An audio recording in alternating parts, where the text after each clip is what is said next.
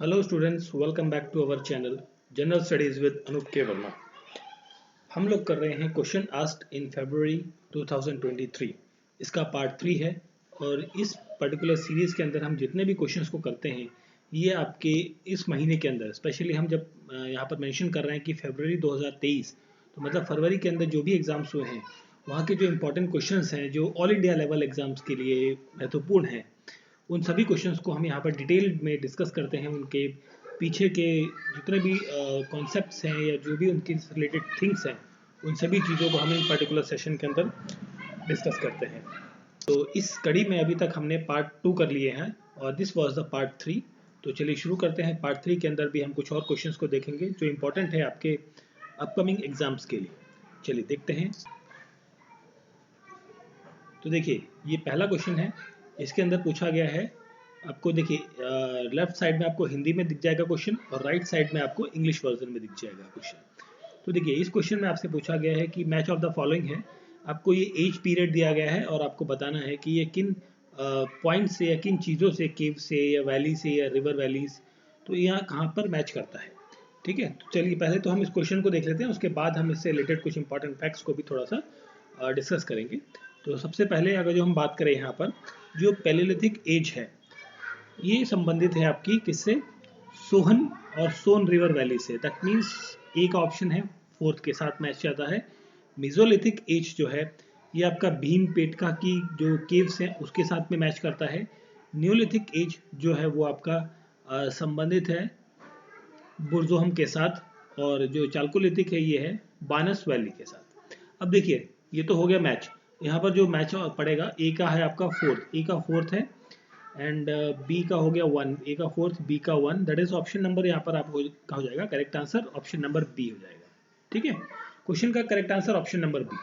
अब यहाँ पर हम बात करें, ये जो भीमपेटका की केव्स है ये कहाँ पर आपको देखने को मिलती है, मध्य प्रदेश के अंदर। बुजुर्गोम जो है आपको ये देखने को मिलता है इन that is in Jammu and Kashmir. Jammu and Kashmir के अंदर, स्पेशली इन कश्मीर रीजन के अंदर देखने को मिलता है। ये प्लेस कहाँ पर है, बानस वैली आपको देखने को मिलेगी इन द राजस्थान के अंदर, दैट इज इन राजस्थान के अंदर। ठीक है, और सोहन या सोन रिवर जो है वैली, ये आपको देखने को मिलती है पाकिस्तान के अंदर। ठीक है, तो ये कहाँ पर प्लेसेस हैं ये भी आपको पता होना चाहिए। ठीक है, चलिए अब हम बात कर लेते हैं इन जो आपके ये जो 4 कैटेगरीज दी गई हैं, स्पेशली इसको जरा रब कर देता हूँ, मैं आंसर आपको बता देता हूँ यहाँ पर वापस से। ऑप्शन बी यहाँ पर क्या है करेक्ट आंसर। अब इसको हम जो है थोड़ा सा यही से देख लेते हैं। चलिए, तो हिस्ट्री जो है बेसिकली इसी के ऊपर मैं लिखता रहता हूँ, आपको समझ लीजिएगा। आपकी जो पूरी हिस्ट्री है वो 3 पार्ट्स में बेसिकली डिवाइडेड की गई है। हिस्ट्री आपकी कितने पार्ट्स में डिवाइड है, इसको मैं जस्ट मिनट, चलिए यहाँ पर हम बात करते हैं हिस्ट्री के बारे में। ठीक है, हिस्ट्री आपकी 3 पार्ट्स के अंदर डिवाइडेड है। पहला पार्ट जो है इसको आप इस तरीके से समझ लीजिए कि ओके, हिस्ट्री आपकी 3 पार्ट्स में डिवाइडेड है। पहली है आपकी pre history, pre history, pre history period है। सेकेंडली हम बात करेंगे यहाँ पर प्रोटो हिस्टोरिक पीरियड या प्रोटो हिस्ट्री पीरियड, आपका हिस्टोरिक पीरियड है। और लास्ट में आपका आता है that is the historic period. ठीक है, तो ये हिस्टोरिकल पीरियड आपको इस तरीके से हमने यहाँ पर समझाने के लिए, समझ के लिए बेसिकली इस तरीके से 3 टर्म्स में से डिवाइड किया गया है। और जो प्री हिस्ट्री पीरियड है या प्री हिस्टोरिक पीरियड है ये आपको फर्दर डिवाइडेड मिलेगा 3 पार्ट्स के अंदर। और वो 3 पार्ट कौन से हैं, एक है पैलियोलिथिक, जिसे मैं शॉर्ट में लिख रहा हूँ पी से, पैलियोलिथिक एज, जिसका टाइम पीरियड था आपका लगभग 5 लाख साल पहले, 5 lakh BC, before BC to 5 lakh साल पहले से लेके बिफोर क्राइस्ट, बेसिकली यहाँ पर हम बात करते हैं टू 10,000 BC। ठीक है, तो ये एक बेसिकली लमसम आपको टाइम पीरियड थोड़ा सा ध्यान रखना है कि पैलियोलिथिक का जो टाइम पीरियड था वो कब से कब तक रहा था। इसके बाद आती है साथ में यहाँ पर मीजोलिथिक पीरियड। मीजोलिथिक पीरियड, तो ये पीरियड आपका था अराउंड 10,000 BC से लेकर 10,000 BC से लेकर आपका ये टाइम पीरियड था लगभग 4,000 BC के आसपास। देन आता है पैलियोलिथिक, मेसोलिथिक, देन हम बात करते हैं नियोलिथिक की, नियोलिथिक। ठीक है, तो नियोलिथिक आ गया। अब नियोलिथिक जो टाइम पीरियड है आपका ये लगभग आपका 7,000 BC से स्टार्ट होता है और लगभग 1,000 BC के अराउंड चलता है। ठीक है। तो देखिए यहाँ पर ओवरलैपिंग आपको थोड़ा सा टाइम पीरियड की देखने को मिलेगी, बट एक रफली आपको आइडिया होना चाहिए कि ये टाइम पीरियड आपको देखने को मिलता है, ठीक है। अब ये तो हो गया आपका प्री हिस्टोरिक डिवीजन एक तरीके से। फिर हम बात करें यहाँ पर प्रोटो हिस्टोरिक की, तो इसको मैं थोड़ा सा ब्लू कलर से कर देता हूँ। प्रोटो हिस्टोरिक, प्रोटो हिस्टोरिक आपको दो भागों में देखने को मिलेगा। एक होता है आईवीसी, दैट इज जिसे हम कहते हैं इंडस वैली सिविलाइजेशन का जो टाइम पीरियड था, ये लगभग 2500 बीसी 2500 बीसी से लेके 1900, कई सारी बुक्स में 1900 मिलेगा, किसी में 1700 भी मिलेगा, बट अप्रॉक्सीमेटली हम इसे 1900 बीसी जो है वो कह सकते हैं कि भाई इतना टाइम पीरियड ये था आपका। आईवीसी के बाद आता है आपका, जिस इस आईवीसी को कहा जाता है फर्स्ट सिविलाइजेशन, ठीक है, फर्स्ट सिविलाइजेशन कहा जाता है इसे। और इसके साथ में आती है इसके बाद वैदिक सिविलाइजेशन, वैदिक सिविलाइजेशन। अब ये जो वैदिक सिविलाइजेशन है ये आपकी शुरू होती है कब से, ये 1500 से लेके 1500 बीसी से लेकर 500 बीसी, ठीक है, ये इस टाइम पर रेट पर तक रहती है। अब देखिए यहाँ पर फर्दर डिवीजन आपको देखने को मिलेगा वैदिक। जब आप एंशिएंट हिस्ट्री पढ़ते हैं तो वहाँ पर आपको वैदिक जो है एक अर्ली वैदिक पीरियड, अब इसको थोड़ा ओके ईवी लिख दिया मैंने, अर्ली वैदिक पीरियड देखने को मिलेगा। अर्ली वैदिक पीरियड ये आपको 1500 से लेके 1500 टू 1000 बीसी के अराउंड आपको देखने को मिलेगा। और फिर सेकंड पार्ट आपको देखने को मिलेगा इसका लेटर वैदिक पीरियड वाला, लेटर वैदिक एज। और लेटर वैदिक एज का जो टाइम पीरियड था वो लगभग 1000 बीसी से 500 बीसी के अराउंड आपको देखने को 500 बीसी के अराउंड आपको ये टाइम पीरियड देखने को मिलता है, ठीक है। तो ये चीज़ें इस तरीके का आपको थोड़ा सा एक आइडिया होना चाहिए कि जो आपके जो एंशिएंट हिस्ट्री का जो टाइम डिवीजन है वो कितने और किस किस के बीच में देखने को मिलता है। अब यहाँ पर एक और इम्पॉर्टेंट चीज़ आती है कि जो पैलियोलिथिक एज था इसे कहा जाता है ओल्ड स्टोन एज, ठीक है। पैलियोलिथिक को हम बात करें यहाँ पर, तो देखिए यहाँ पर जो पैलियोलिथिक था, ऑप्शन आपका सी बी हो जाता है करेक्ट आंसर यहाँ पर, ठीक है। ये हम ऑलरेडी डिस्कस कर चुके हैं। तो पैलियोलिथिक एज को बेसिकली क्या कहा जाता है, ओल्ड स्टोन एज के नाम से जाना जाता है। मेसोलिथिक एज को यहाँ पर आपका कहा जाता है this is called middle stone age, middle stone age. And Neolithic is a you can say that new stone age, new stone age के नाम से भी इसे जाना जाता है, ठीक है। तो ये कुछ इंपॉर्टेंट फैक्ट्स है related with the particular area. देखिए नियोलिथिक के बाद जो अगला पीरियड आता है वो आपका आता है चाल्कोलिथिक एज का, ठीक है। तो क्वेश्चन का करेक्ट आंसर है ऑप्शन नंबर बी। चलते हैं अगले क्वेश्चन की तरफ।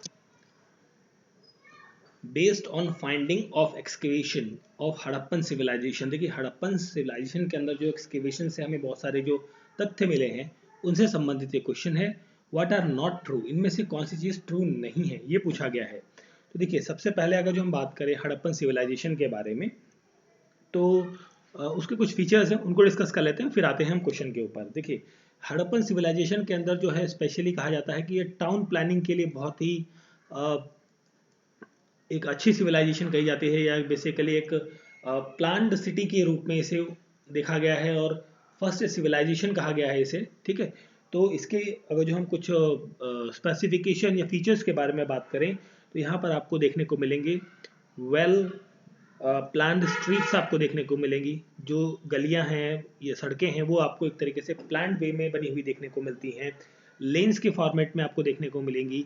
ड्रेनेज आपको एक प्रॉपर देखने को मिलता है यहाँ पर, ठीक है। एक ड्रेनेज सिस्टम जो है प्रॉपर, हर घरों का पानी, नालियों का पानी किस तरीके से एक तरीके से प्रॉपर ड्रेनेज सिस्टम है वो आपको यहाँ पर देखने को मिलता है, ठीक है। और यहाँ पर जो हड़प्पा की साइट्स है या मोहनजोदाड़ो की साइट्स है, ये दोनों साइट्स में हड़प्पा और मोहनजोदाड़ो इन दोनों साइट्स में आपको सिटाडल देखने को मिलता है। सिटाडल मतलब वो एक ऐसा प्लेस जहाँ पर जो हाई रैंक ऑफिसर्स या मंत्री या राजा वगैरह जो भी उस पर्टिकुलर एरिया के थे वो वहाँ पर रहा करते थे, ठीक है।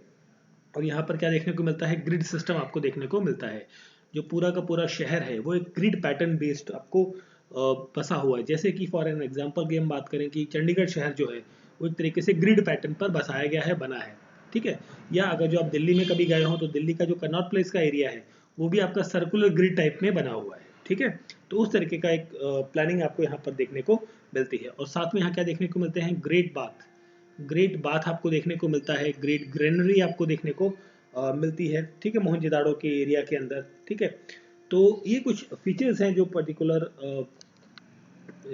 आपके हड़प्पन साइट से देखने को मिलते हैं। और यहाँ पर जो अनबेक्ड ब्रिक हैं या स्टोन्स हैं उनसे कंस्ट्रक्शन आपको देखने को मिलती है। ठीक है, अब आते हैं क्वेश्चंस पर। तो कुछ फीचर्स थे जो मैंने आपके साथ डिस्कस किए। यहाँ पर आते हैं क्वेश्चन पर। तो व्हाट आर नॉट ट्रू, तो पहला क्वेश्चन, पहला ऑप्शन यहाँ पर है all the kinds of construction same size of bricks were used। बिल्कुल, तो यहाँ पर सेम साइज ऑफ ब्रिक्स नहीं यूज की जा रही थी। ठीक है, अब देखिए यहाँ पर अगर जो किसी आउटर वॉल है तो उसकी जो ब्रिक का साइज है वो डिफरेंट होगा।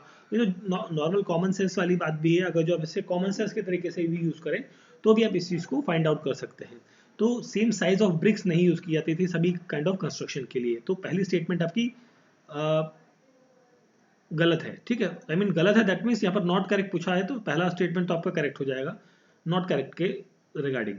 Most of the houses were single storeyed, नहीं ऐसा नहीं है, कई सारे स्टोरीज हैं। जैसे आपका ग्रेट ग्रेनरी है आपका, तो ये मल्टी स्टोरीड है, या जो सिटाडल है वहाँ पर थोड़े से मल्टी स्टोरीड टाइप की स्ट्रक्चर्स के अवशेष भी हमें देखने को मिलते हैं। सारे सिंगल या मोस्टली आपको सिंगल हाउस स्टोरीड बिल्डिंग्स हो, ये ऐसे कुछ प्रॉपर साक्ष्य हमें देखने को अभी तक नहीं मिले हैं। तो ये स्टेटमेंट भी गलत है, दैट मीन्स ऑप्शन 2 भी यहाँ पर क्या हो जाएगा, करेक्ट हो जाएगा।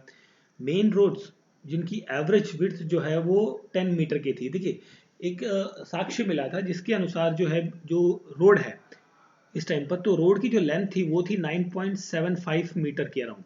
ठीक है, 9.75 मीटर अप्रोक्सीमेटली ये रोड लेंथ है। तो इसे हम एवरेज कहा जाए तो 10 मीटर इन विड्थ कह सकते हैं। चौड़ाई है ये विड्थ की बात कर रहे हैं, ये वाली विड्थ की। ठीक है, तो ये लगभग 10 मीटर की विड्थ ऑन एन एवरेज जो मेन रोड है, ठीक है, उसकी आपको देखने को यहाँ पर मिलती है। तो ये स्टेटमेंट तो करेक्ट है, ये दो गलत है। तो दैट मीन्स आपको रॉन्ग स्टेटमेंट बतानी थी 1 एंड 4 सेकंड।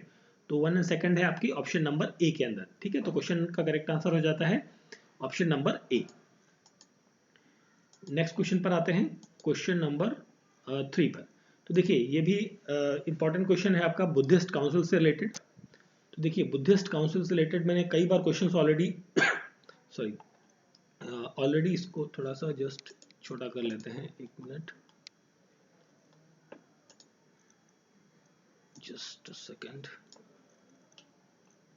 ओके, तो क्वेश्चन आई थिंक आप प्रॉपर पूरा दिख रहा होगा आपको।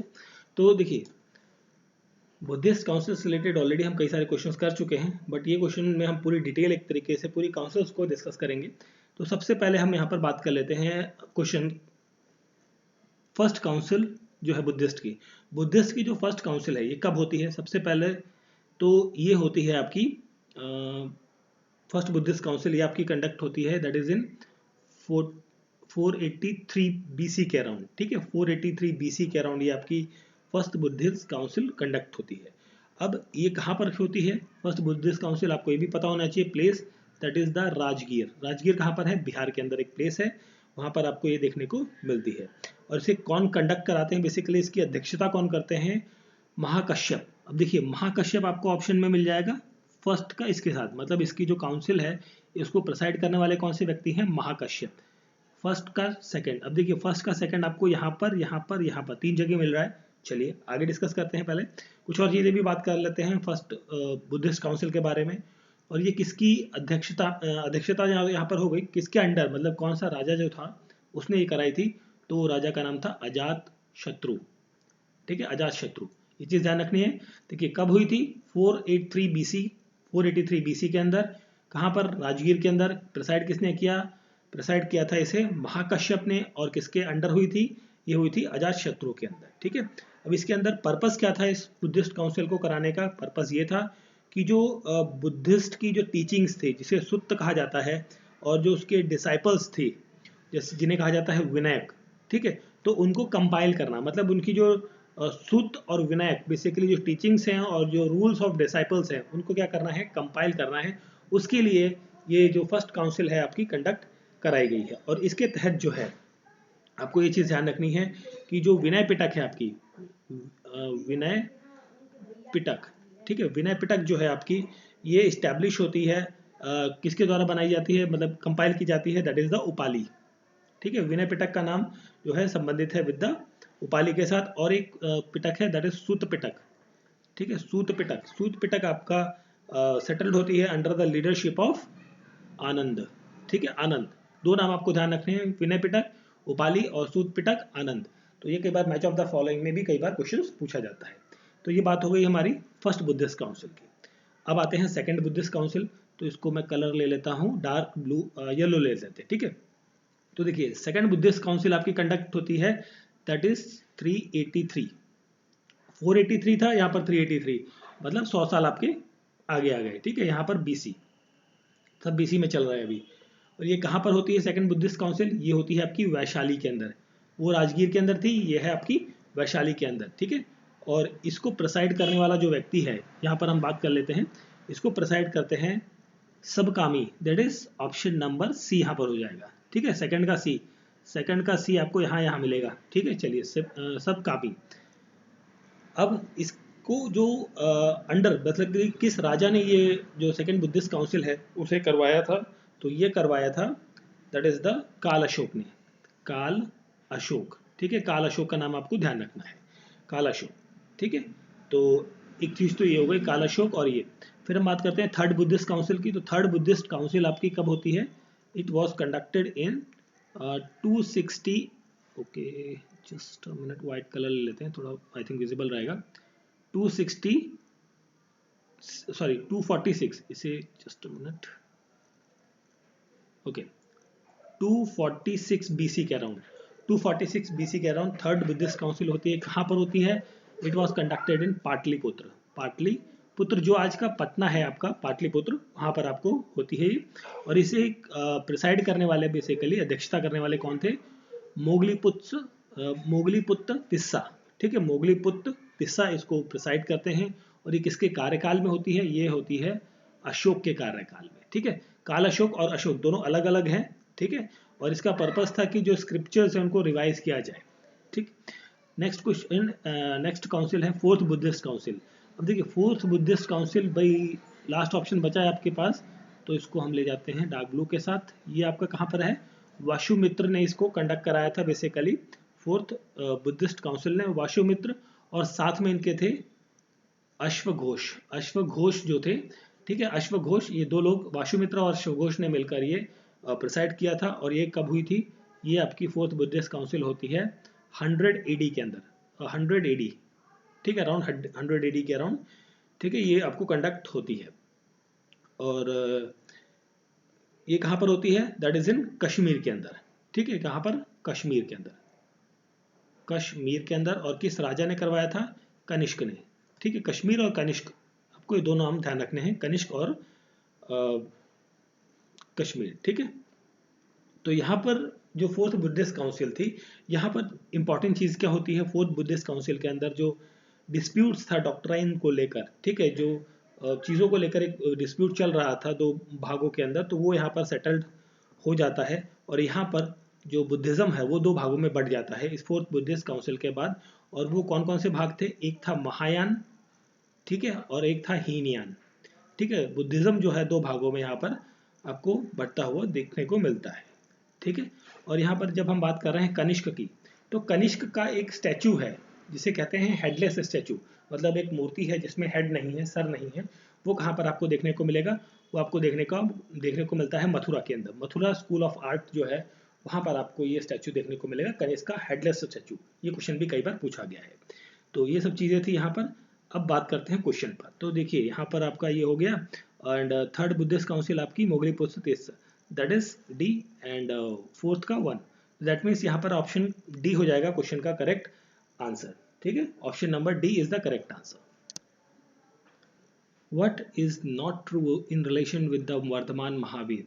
देखिए वर्धमान महावीर जो थे उनसे संबंधित आपको स्टेटमेंट्स दी गई हैं, तो आपको बताना है कि कौन से स्टेटमेंट यहाँ पर नहीं सही है, गलत है। तो देखिए भगवान महावीर के बारे में हम बात करें तो थोड़ा सा उनके बारे में जान लेते हैं। तो वर्धमान महावीर जो इनका जन्म होता है ये लगभग देखिए एक्चुअली कई बुक्स में डिफरेंट डिफरेंट डेट्स हैं, बट मैं आपको अगर जो बात करूँ तो 540 आपको किसी भी बुक में मिलेगा, या फिर 599 बीसी का टाइम आपको, जनरली ये दो डेट्स आपको किसी बुक में ये मिलेगी, किसी में मिलेगी। तो इस तरीके से आप थोड़ा सा विरोधाभास रहता है, बट डेट ऐसा नहीं पूछी जाती है, सेंचुरी पूछी जाती है, तो सेंचुरी आप आसानी से बता सकते हैं। तो ये इस ड्यूरेशन में बेसिकली मोस्ट अप्रोप्रिएट, कई बुक ज़्यादातर बुक्स में ये वाली आपको डेट मिलेगी 599 बीसी के अराउंड। और इनका कहाँ पर जन्म होता है? जन्म होता है इनका एक विलेज है, दैट इज द विलेज, उसका नाम है कुंदा ग्राम, दैट इज द कुंदा ग्राम नाम का एक विलेज है। ये कहाँ पर है? वैशाली के अंदर। वैशाली आपका वही जो हमने पिछले क्वेश्चन में बात करी, बिहार के अंदर है वैशाली जगह जो कुंदाग्राम, वैशाली के अंदर इनका जन्म होता है। और इनके जो पिताजी हैं फादर, इनके फादर का नाम है सिद्धार्थ, ठीक है, फादर का नाम सिद्धार्थ है, जो कि हेड है जंत्रिका, जो क्षत्रिय क्लैन है, एक बेसिकली क्षत्रिय डायनेस्टी है उसके। एंड इनकी जो मदर हैं, ये नाम भी कई बार पूछा जाता है कि फादर कौन थे मदर कौन थे। सिद्धार्थ इनके जो पिता हैं उनका नाम है, और मदर जो है इनकी वो है त्रिशला, ठीक है, त्रिशला, त्रिशला मदर का नाम है, जो कि सिस्टर है किसकी, एक लिच्छवी राज्य था वहाँ पर, लिच्छवी राज्य है, तो लिच्छवी राज्य की जो राज्य है उसकी जो सिस्टर है राजा की, वो है त्रिशला, ठीक है। तो आपको ये चीज़ भी ध्यान रखनी है। एंड ठीक है, तो ये हो गया। और इसके बाद हम बात करें यहाँ पर कि जो इनका जन्म तो इस टाइम होता है जब ये 30 साल के होते हैं, बेसिकली 30 ईयर्स के जब होते हैं ये, तो ये अपने घर से घर छोड़कर, घर बार संसार छोड़कर अपना मोक्ष की प्राप्ति के लिए, ट्रुथ को सर्च करने के लिए, ठीक है, ये एस्थेटिक हो जाते हैं और सच की या सच्चाई की खोज में ये घर से निकल जाते हैं, ठीक है। और 12 साल तक, मतलब 12 ईयर्स तक ये क्या करते हैं, रोम करते हैं, इधर उधर भटकते हैं, घूमते हैं, ठीक है, फास्टिंग करते हैं, मेडिटेशन करते हैं, ठीक है। फिर इन्हें क्या प्राप्त होता है, एकलव्य, एकलव्य मतलब जून कहा जाता है। देखिए एकलव्य जैसे एक वर्ड है एकलव्य, तो इसे जैनिज्म में बेसिकली जून, जॉन, ठीक है, इस वर्ड से भी प्रोनाउंस किया जाता है कई बार।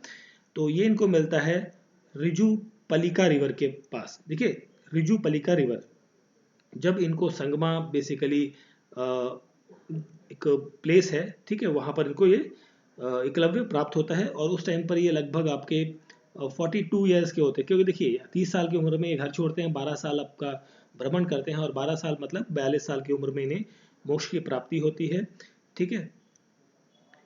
और उस टाइम पर ये सिद्ध बन जाते हैं, मतलब फुली लिबरेटेड हो जाते हैं।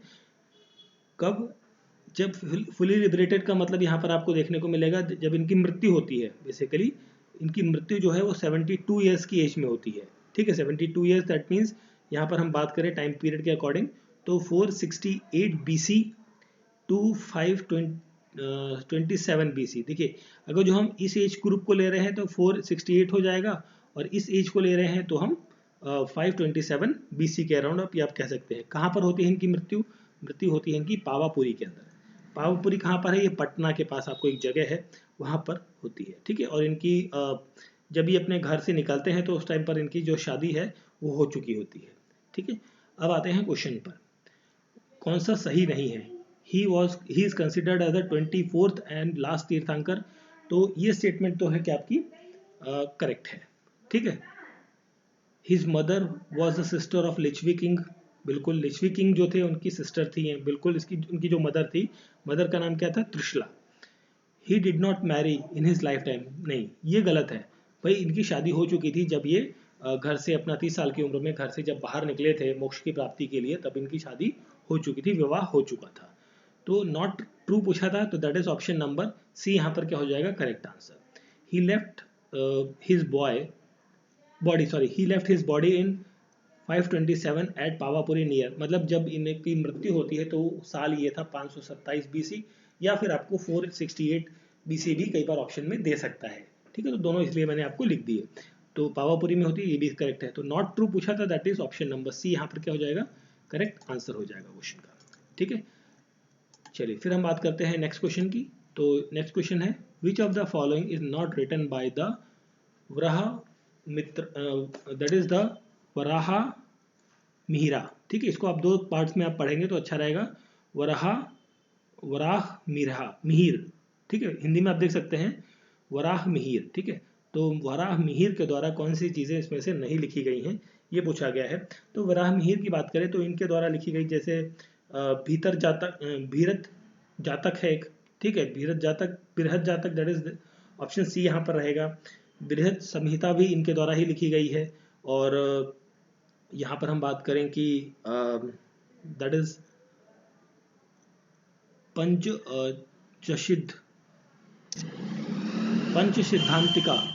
सिद्धांतिका भी इनके द्वारा ही लिखी गई है। भरत संहिता भी और भरत जातका भी, ये तीनों चीजें लिखी गई हैं।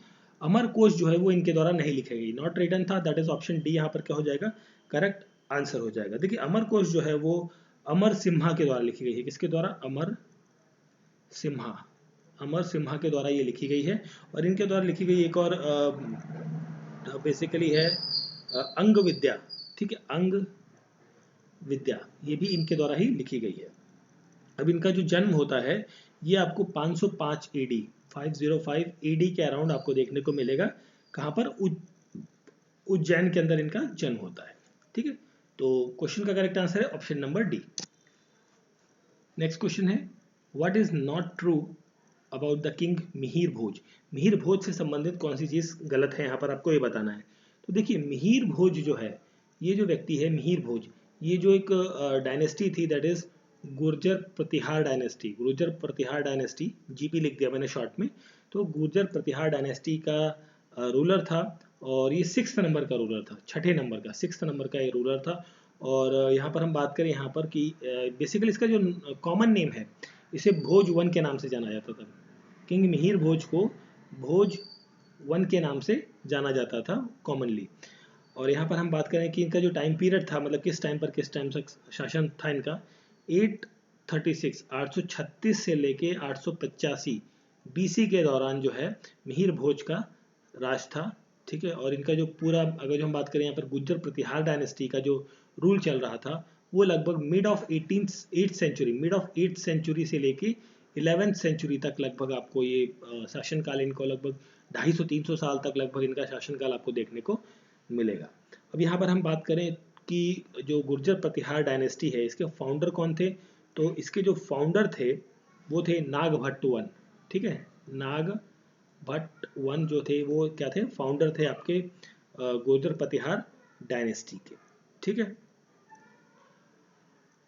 तो ये जब चीज़ें हो गई, और ये जो है आपके मिहिर भोज जो है ये डिवोटी थे फॉर द लॉर्ड विष्णु, मतलब भगवान विष्णु की जो है ये पूजा किया करते थे, ठीक है। पहले तो इन्होंने क्या किया था कि जो रूल थे ये उज्जैन में रूल करते थे, ठीक है।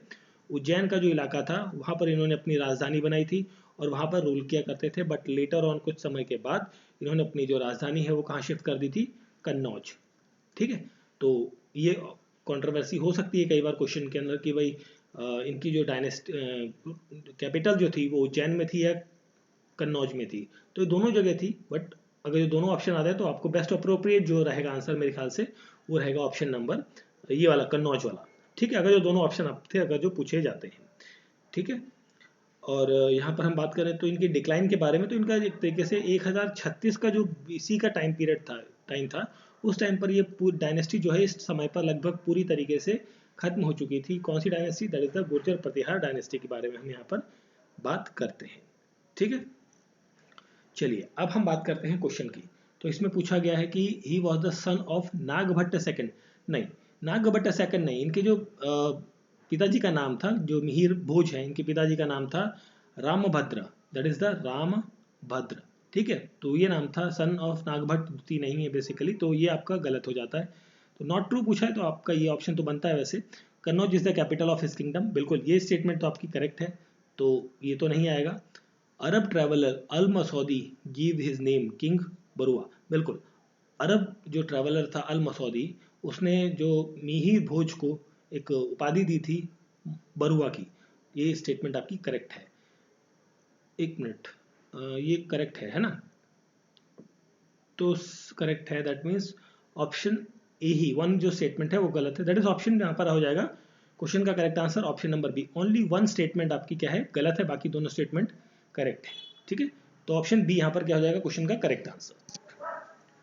नेक्स्ट क्वेश्चन है हमारा, which of the following are true about Vasco da Gama. Vasco da Gama से संबंधित आपको स्टेटमेंट्स बतानी है। तो इसके बारे में अगर जो हम बात करें तो वास्को डिगामा जो है वो भारत आता है, कब आता है, 19 दैट इज यहाँ पर होगा 1498 के अंदर, ठीक है। 1498 मंथ था यहाँ पर आपको मई का महीना, मई के महीने के अंदर 1948 के अंदर आता है, कहाँ पर, कालीकट के अंदर, ठीक है। कालीकट कहाँ पर है, केरला के अंदर है, ठीक है।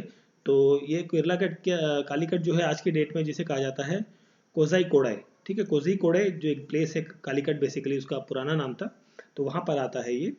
एंड इसको वेलकम कौन करता है, वेलकम करने वाला जो व्यक्ति था उसका नाम था जमोरियन, ठीक है। वेलकम करने वाले व्यक्ति का नाम था जमोरियन, ठीक है। जमोरिन बेसिकली। ठीक है। और ये उस टाइम पर जो कालीकट एरिया है वहाँ का किंग हुआ करता था। आता है, कुछ टाइम रुकता है और फिर ये अपना वापस चला जाता है, रिटर्न हो जाता है कहाँ पर, वापस चला जाता है कहाँ पर, पुर्तगाल के अंदर। पुर्तगाल वापस चला जाता है, ठीक है। और अपने शिप के अंदर बहुत सारा इंडियन कार्गो, मतलब भारत से बहुत सारा जो गिफ्ट है, तोहफा है, वो सब लेकर जाता है, जिसमें अंदर स्पेशली इसको ये स्पाइसेस को लेकर जाता है, जो मसाले हैं, मसालों में मेनली जो पेपर है, बेसिकली काली मिर्च जिसे कहते हैं, वो लेके जाता है। और जो रेयर हर्ब्स इंडिया में मिलते हैं उन सबको ये अपने जहाज में लोड करता है और वापस पुर्तगाल चला जाता है। जब पुर्तगाल पहुंचता है तो इसका बहुत भव्य तरीके से क्या होता है, स्वागत होता है वहाँ पर। और उसके कार्गो के अंदर जो जो सामान, इसको वहाँ के लोगों ने देखा कि ये क्या क्या सामान वहाँ से लाया है भारत से, तो उन सभी चीज़ों को देखकर वहाँ के लोग क्या हो जाते हैं, खुश हो जाते हैं। और उन सभी चीज़ों को वहाँ के मार्केट में जितने रेट में ये खरीदता है, लगभग 60% मोर प्रॉफिट के साथ में ये उन हायर प्राइस पे उनको वहाँ पर बेचता है। उसके बाद कुछ टाइम के बाद में भारत वापस आता है वास्को डी गामा। देखिए 1498 के अंदर आता है, फिर वापस कुछ टाइम 2-3 महीने रुकने के बाद ये वापस चला जाता है, फिर आता है वापस अगेन, ही केम अगेन, वापस आता है कब, 1501 के अंदर। 2 साल के बाद, लगभग 2-2.5 साल के बाद लगभग ये वापस भारत आता है। और इस टाइम पर ये पर्पसफुली आता है। पहले तो क्या कर रहा था, भारत को खोजने आया था, एक्सीडेंटली पहुंच गया एक तरीके से कह लो, ठीक है। सर्च में आया था कि भारत है कहाँ पर, सी रूट को डिस्कवर करते हुए। बट इस टाइम जब दोबारा आता है ये, तो पर्पसली आता है। और पर्पस क्या होता है कि इसको क्या करनी है, इस्टेब्लिश करनी है फैक्ट्रीज को, जो डच फैक्ट्रीज हैं बेसिकली, ठीक है, नॉट डच, बेसिकली पुर्तगीज जो फैक्ट्रीज हैं उनको यहाँ पर उसे इस्टेब्लिश करना है। और इस उद्देश्य से जब आता है तो इसे पहली कामयाबी मिलती है 1503 के अंदर, जब ये पहली अपनी फैक्ट्री जो है कालीकट के अंदर, कालीकट, अब देखिए कालीकट के अंदर ये पहली फैक्ट्री पुर्तगीज की अपनी इस्टेब्लिश कर लेता है। क्यों? क्योंकि वहाँ का जो राजा था, ठीक है, जिसके साथ इसके अच्छे संबंध थे, उसकी हेल्प से ये अपनी एक पहली फैक्ट्री आपकर इस्टेब्लिश कर लेता है। बाद में ये एक और कुन्नूर एक जगह है केरला के अंदर, वहाँ पर अपनी कुन्नूर के अंदर अपनी ये सेकंड फैक्ट्री आपकी इस्टेब्लिश करता है। और कब करता है, दैट इज 1505 के अंदर, ठीक है। तो ये 2 चीज़ें आपको ध्यान रखनी है। तो ये सब बातें हो गई वास्को डिगामा के बारे में। अब आते हैं क्वेश्चन पर। तो नॉट ट्रू आपसे पूछा गया है, तो यहाँ पर Zamorin was the ruler of Calicut during the Vasco da Gama trip, ये स्टेटमेंट आपकी करेक्ट है 7th क्वेश्चन की। नेक्स्ट क्वेश्चन है, in his trip Vasco da Gama stayed approximately 1 year. नहीं, देखिए फर्स्ट ट्रिप के अंदर वास्को डिगामा 1 साल तक नहीं रुकता है, कुछ महीने रुकता है। तो ये स्टेटमेंट आपकी क्या हो जाती है, गलत हो जाती है। Vasco da Gama revisited in India 1501, ये स्टेटमेंट आपकी करेक्ट है। मतलब फर्स्ट स्टेटमेंट और थर्ड स्टेटमेंट करेक्ट है, दैट मीन्स ऑप्शन सी यहाँ पर हो जाएगा क्वेश्चन का करेक्ट आंसर, ठीक है। चलिए फिर बढ़ते हैं हम आगे नेक्स्ट क्वेश्चन की तरफ। सो हमारा नेक्स्ट क्वेश्चन है यहाँ पर, ओके। सो इस क्वेश्चन के अंदर 8th क्वेश्चन है, तो ये भी correct match of the following question है। इसको हम देखते हैं डायरेक्टली। अल्फेंसो डी अल्बेक्वेर्को, ठीक है, क्वेर सॉरी कर्क जो भी है नाम ये, ठीक है, ऑप्शन ए वाला। तो ये आपका संबंधित होता है, that is the with the Goa acquire in, that is Goa acquire in Goa in 1510 के अंदर, ठीक है। अब गोवा को यहाँ पर इसने कॉन्कर किया था और इसने हराया था किसको, यहाँ पर गोवा को तो जीत लिया अल्फेंसो डी अल्बू क्वर्क ने बेसिकली इसने जो जीता था। और किसको हराया था, इसने हराया था बीजापुर का जो सुल्तान था, बीजापुर का जो सुल्तान था, बीजापुर सुल्तान जिसका नाम था आदिल शाह, ठीक है। आदिल शाह को इसने हराकर 1510 में गोवा पर कब्जा कर लिया था, ठीक है। इसके बाद नाम आता है यहाँ पर एक फ्रांसिस्को डी अल्मेडा, ठीक है, फ्रांसिस्को डी अल्मेडा। तो इसके साथ संबंधित है ब्लू वाटर पॉलिसी, ठीक है। अब ब्लू वाटर पॉलिसी क्या थी, ये था कि भाई जो फ्रांसिस्को डी अल्मेडा है, इसने अपोज किया था टेरिटोरियल एक्विजिशन या territorial empire of the India, मतलब भारत के अंदर जो है हम रुक कर उस पर शासन ना करें। इस चीज़ को बेसिकली इस व्यक्ति ने क्या किया था, अपोज किया था। इसका जो प्रेफरेंस ये थी कि भाई वो सुप्रीमेसी मेंटेन करे कहाँ पर, ओशियन के अंदर। ब्लू वाटर पॉलिसी मतलब जो समुद्र है, समुद्र में अपनी बादशाहत कायम रखना, उसके प्रेफरेंस था कि भाई वो समुद्र का किंग है, उसको सी रूट, उसका नेवी बहुत अच्छी थी, ये सब चीज़ें थी, ताकि वो पहुंच जाता था कहीं भी। तो उस चीज़ को वो बना के रखना चाहता था। तो ये इसका मेन उद्देश्य रहता था, ना कि किसी देश पे एक्वायर करना या वहाँ पर राज करना या फैक्ट्री स्टैब्लिशमेंट करना। तो ये उसका नहीं था बेसिकली मोटो। ठीक है, तो ये ब्लू वाटर पॉलिसी के साथ में था फ्रांसिस्को डी अल्मेडा। फिर यहाँ पर आता है नूडो डी की बात नहीं करेंगे हम, यहाँ पर बात करेंगे पेड्रो एल्विस कैब्रल। तो जो पेड्रो एल्विस कैब्रल है, ये आपका संबंधित है विद द अराइवल इन सितंबर इन 1500 के अंदर। ये आते हैं कहाँ पर आते हैं, ये आते हैं कालीकट के अंदर, कालीकट के अंदर। ठीक है, ये वही टाइम पीरियड है जिस टाइम पर दोबारा से वास्को डी गामा आने वाला है कुछ टाइम के बाद में। और जो नूनो डी चूहा, ये आपका संबंधित है changes of Portuguese headquarter from the Cochin to the Goa. तो यहाँ पर जो मैच हो जाएगा आपका, that will be the option number B हो जाएगा करेक्ट आंसर इस क्वेश्चन नंबर 8 का। ठीक है, चलिए फिर हम बात करते हैं क्वेश्चन नंबर अगले क्वेश्चन की। सो देखिए question number okay, question number 9 है। तो इसमें पूछा गया है what among the following is true. True पूछा गया है about the priest who were sent to the Akbar courts to resolve the curiosities basically no sorry Christianities I think यहाँ पर है curiosities towards the Christianity in 1595 by the Goa Church Authority के द्वारा। ठीक है, तो इसके लिए जो स्टेटमेंट आपकी है उन पर हम देखते हैं। तो यहाँ पर जो पहली स्टेटमेंट है, this was the third mission of Goa church authority which was sent to the Akbar court. पहली स्टेटमेंट आपकी यहाँ पर क्या है, करेक्ट है कि थर्ड मिशन था जब चर्च अथॉरिटी ने अपना एक डेलीगेशन बेसिकली अकबर के कोर्ट में दरबार में भेजा था। This mission was met Akbar Lahore के अंदर। लाहौर में ये जो मिशन है बेसिकली ग्रुप ऑफ पीपल है, ये आपको लाहौर के अंदर जाके अकबर से मिलता है। Antonio Monserrate was included in this state mission. ये व्यक्ति जो है इस मिशन के अंदर शामिल था। तो दैट इज ऑप्शन डी यहाँ पर करेक्ट आंसर हो जाएगा, क्योंकि यहाँ पर तीनों ऑप्शन जो है आपके करेक्ट है। करेक्ट ही पूछा गया था आपसे। ठीक है, चलिए फिर हम बात कर लेते हैं अगले क्वेश्चन की। तो हमारा अगला क्वेश्चन है, ये आपका प्लेसेस है, डच फैक्ट्रीज है बेसिकली यहाँ पर। ठीक है, डच फैक्ट्रीज हैं, कब कब इस्टेब्लिश हुई उनके बारे में पूछा गया है। तो देखिए सबसे पहली जो डच की फैक्ट्री आपकी इस्टेब्लिश होती है, ये कब होती है, ये आपकी होती है मसूलीपट्टनम के अंदर। मसूलीपट्टनम के अंदर आपको देखने को मिलती है। ये होती है आपकी 1605 के अंदर, 1605 में पहली डच फैक्ट्री आपको इस्टेब्लिशमेंट देखने को मिलती है। फर्स्ट गवर्नर अगर जो हम बात करें यहाँ पर, कभी पूछा जाए कि फर्स्ट गवर्नर कौन था डच जो ईस्ट इंडिया कंपनी थी, डच ईस्ट, देखिए चाहे पुर्तगीज ईस्ट इंडिया कंपनी हो, ब्रिटिश ईस्ट इंडिया कंपनी हो या डच, सारे क्या थी आपकी eastern company, basically western company थी। North East India company, West India company basically. देखिए भारत में आई तो ईस्ट इंडिया कंपनी हो गई, ठीक है, सारी वेस्टर्न कंट्रीज थी, यूरोपियन कंट्रीज थी ये सारी। ठीक है, तो फर्स्ट गवर्नर जो था यहाँ पर डच का, वो था डाइटर बाथ या बोथ, बेसिकली डाइटर बोथ ये नाम था इसका। तो यह नाम भी कभी पूछा जा सकता है, तो इस चीज़ को आप ध्यान रखेंगे। सेकंड फैक्ट्री की बात करें, इसके बाद देखिए इसके बाद कई सारी फैक्ट्रीज आपकी आती हैं, जैसे कि एक पुलिकट के अंदर, पुलिकट जो है 1610 के अंदर यहाँ पर एक इस्टेब्लिशमेंट होती है। सूरत के अंदर डच फैक्ट्री 1616 के अंदर इस्टेब्लिश होती है। फिर यहाँ पर आपको देखने को मिलेगी दैट इज द बिमलीपट्टम, तो ये फैक्ट्री आपको देखने को मिलेगी दैट इज इन 1641। तो देखिए बिमलीपट्टम यहाँ पर दिया हुआ है 1641, दैट इज ऑप्शन 3। ओके, ए का ऑप्शन 3 है। देखिए यहाँ पर आपको यहाँ पर दो जगह मिलेगा। चलिए आगे बात कर लेते हैं यहाँ पर। इसके बाद है that is the Cochin factory, जो है एक कोचीन की फैक्ट्री, वो आपको 1603 के अंदर यहाँ पर खुलती थी। ठीक है, तो यहाँ पर हम बात करें और साथ में तो जो रहेगा दैट इज कराईकाल जो फैक्ट्री है, ये आपको 1653 के अंदर मिलती है। कोचीन की फैक्ट्री, सॉरी ये 603 नहीं है, दैट इज सॉरी, इसको करेक्ट करेंगे, इसको करेक्ट कर लेंगे। कोचीन की फैक्ट्री जो है आपकी, ये खुलती है आपकी दैट इज इन 1663 के अंदर। ठीक है, ये दैट इज 1663 था, 1600 बोल दिया मैंने। ओके 1663, ठीक है। और ये आपका चिनसूरा की फैक्ट्री है 1645 के अंदर।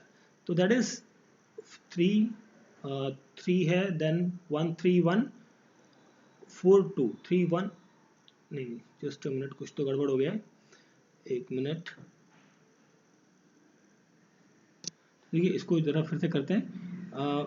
बिमलपट्टनम की जो फैक्ट्री है वो आपकी 1641 के अंदर आती है, राइट। फिर आती है करैल काल की, ये आपकी ओके 1653 के अंदर है, ठीक है। एंड कोचीन की फैक्ट्री आपकी 1666 के अंदर है, और चिनसुरा आपकी एक मिनट, फिर गड़बड़ हो रहा है, हम फिर से कुछ ओके ओके ओके सॉरी, थोड़ा सा गड़बड़ हो रहा था इस क्वेश्चन में, फिर से करते हैं इसे, ठीक है। देखिए बिमलीपट्टनम की जो फैक्ट्री है ये आपकी 1641 के अंदर आती है, राइट। देन कराईकला की 1653 नहीं है, ये 45 में है, यहाँ पर गड़बड़ हो रही थी, ठीक है, मैं इसको बार बार ऊपर लगा रहा था। कोचीन की फैक्ट्री आपकी 1663 के अंदर आती है, और चिनसुरा की फैक्ट्री आपकी 1653, दैट इज आपका हो जाएगा 3241, दैट इज ऑप्शन बी यहाँ पर हो जाएगा क्वेश्चन का करेक्ट आंसर, ठीक है। तो कई बार थोड़ा सा ना कंफ्यूजन हो जाता है, तो कंफ्यूजन क्या मतलब एक्चुअली थोड़ा सा लगा में गलत रहा था, बोल शायद सही रहा था, तो उसमें थोड़ा गड़बड़ हो गया, तो this was the correct answer, ठीक है। तो बाकी जितनी फैक्ट्रीज के बारे में हमने डिस्कस किया है कि पुलिकेट की, सूरत की फैक्ट्री, या आपकी जो फर्स्ट फैक्ट्री थी मसूलीपट्टनम की 1605 के अंदर, वो कहाँ स्टैब्लिश हुई है, आपको ध्यान रखना है, ठीक है। इस पर्टिकुलर वीडियो के सेशन के अंदर हम इतने क्वेश्चंस को करते हैं, 10 ही क्वेश्चन कर पाए हैं। नेक्स्ट वीडियो में और क्वेश्चंस को डिस्कस करेंगे। Thank you for watching.